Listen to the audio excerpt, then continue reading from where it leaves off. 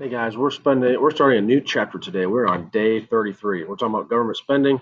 Your notes will be linked right here. They're going to look something like this. You're going to fill out a bunch of facts about what our government spends our tax dollars on. So let's get started.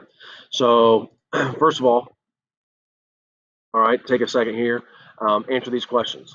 Basically, all right, you're answering yes or no. Okay, so to each of these questions. So take a second, look at them here, and see what you can come up with. Change my year here. So anyway, hopefully you got a chance to read those, having those in the back of your mind. There's no right or wrong answer. We're going to talk about how a program like number one, number two, we know the military exists, and again, how much the government overspends on certain programs. And the average American pays significantly more than 18% of their income towards taxes. We'll kind of talk about that too a little bit. So obviously, as we're moving forward here, you have to be able to understand that if the government spends more money than they currently do, then they have to do one of two things. They have to either borrow money or they have to raise taxes on us to collect more money. Okay, so as of right now, our general trend in the government is spending is increasing. It's about 25% of GDP. That number is going to tick up here this year with the COVID stimulus plan that they paid unemployed people, as far as from April through July or August or so. And they're planning on paying people even more money. So anyway, we talk about that in the unemployment conversation. Couple things here. So the government spending has historically increased pretty significantly at a couple different time periods. So you can see that government spending here was super low. They didn't collect very much in taxes. Obviously, during the Civil War, we get a spike and things get back to normal. World War I with the spike. It's not till the 1930s that we see the government really change how they operate and start trying to provide people with supplemental income. Sometimes you might hear them called safety nets. And so that's FDR's New Deal, where they start, we start with this program called Social Security. We're going to define that here in a second. We also didn't have a military ready at that particular time either. Now, as we get past World War II, we now start with programs that, well, first of all, maintaining a military, as well as programs that take care of our veterans. So we're paying our military, so our government's providing more in that aspect. And then in the 60s and 70s, we start some programs. Lyndon Johnson started some programs referred to as his Great Society that started redistributing income on a fight on poverty. Okay, and so different things have led to significant increases in government spending. Some of them have been real good. Some of them are a little bit more controversial. And again, it's for you to decide what's good and what's bad. But those are the characteristics. Okay. So, like we said, government debt is increasing. As of me speaking right now, we're about $26.7 trillion in debt. Okay. As of right now, we're planning on overspending by about $3 trillion in 2020. That number's a little bit higher than what it normally is. As we mentioned, we've had the COVID stimulus and we've also had the COVID unemployment where people don't pay taxes but are collecting more money. This $3 trillion in 2020 is a little bit high. Okay, usually it's right around a trillion, maybe 1.3 trillion on average the last, I would say 12 years or so. Now, the big thing about these numbers is the overspending. It's not about how much we spend, it's about how much we overspend, because then we've got to borrow money, okay? And so to give you an idea, you can look up some of these stats, and some of them are a little bit overwhelming, but this website kind of keeps track of the national debt. You can see the programs on here that we spend the most money on: Medicare and Medicaid, that's healthcare for old people and low-income people. You've got Social Security, that's income for old people. Military is going to be, well, war and things like that.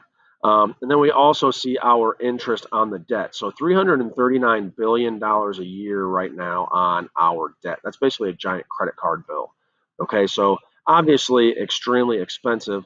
they've taken away the income security based on that's like the unemployment insurance. It must be because of the COVID stuff, and they're not able to keep track of it very clearly. They've taken that away, so I don't have an accurate stat for that right now. But those are some of the trends. You don't have to have those numbers memorized, just kind of telling you that they are there. We mentioned the programs that have led to an increase in spending, and not necessarily gone back down like we saw after World War One. But anyway, get those written down.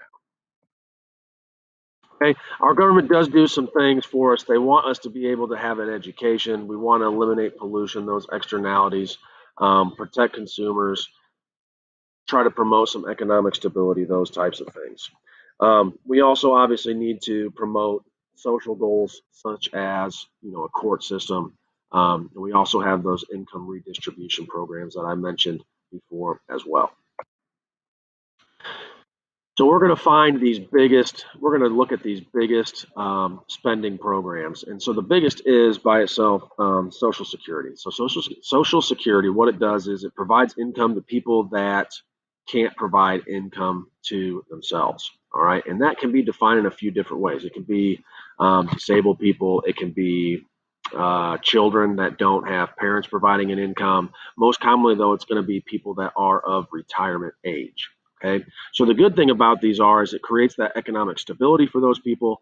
The challenging part is that as our society transforms into what it's becoming, the baby boomers are having less children.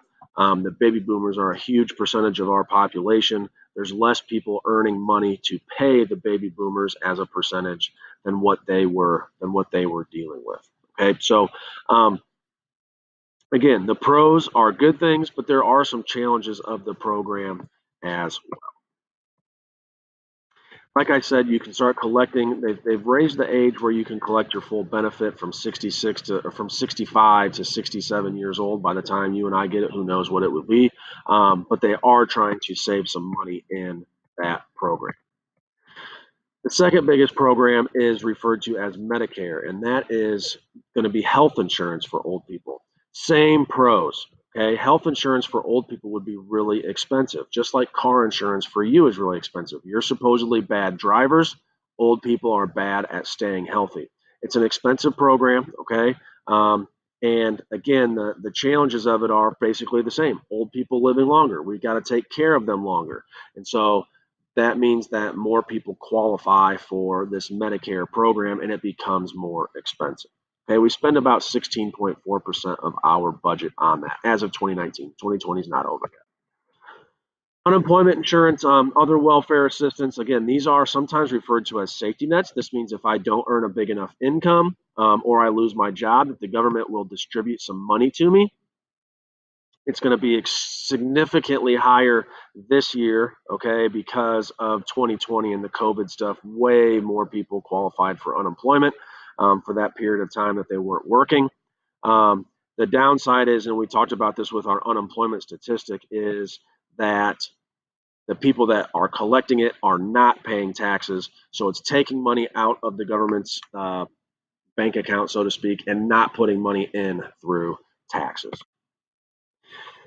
The biggest welfare program that we